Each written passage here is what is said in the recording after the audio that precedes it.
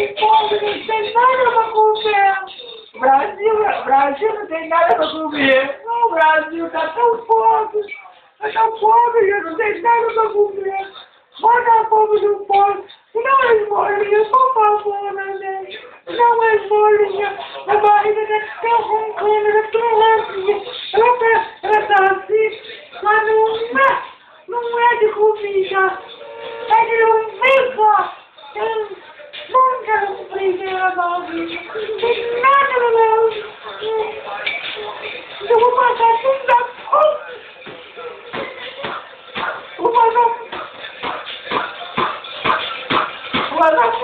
fome, gente. Vou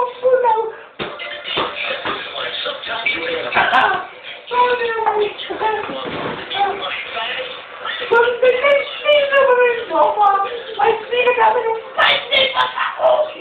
Filha não vai ter pra saúde.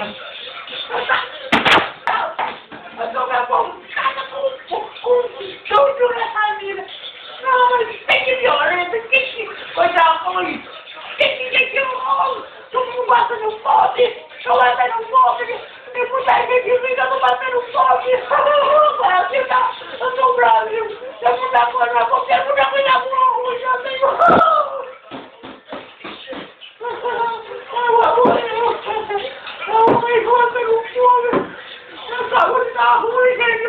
A saúde tá debilitada. Tô fraco na terra, tô fraco. A saúde tá fraca.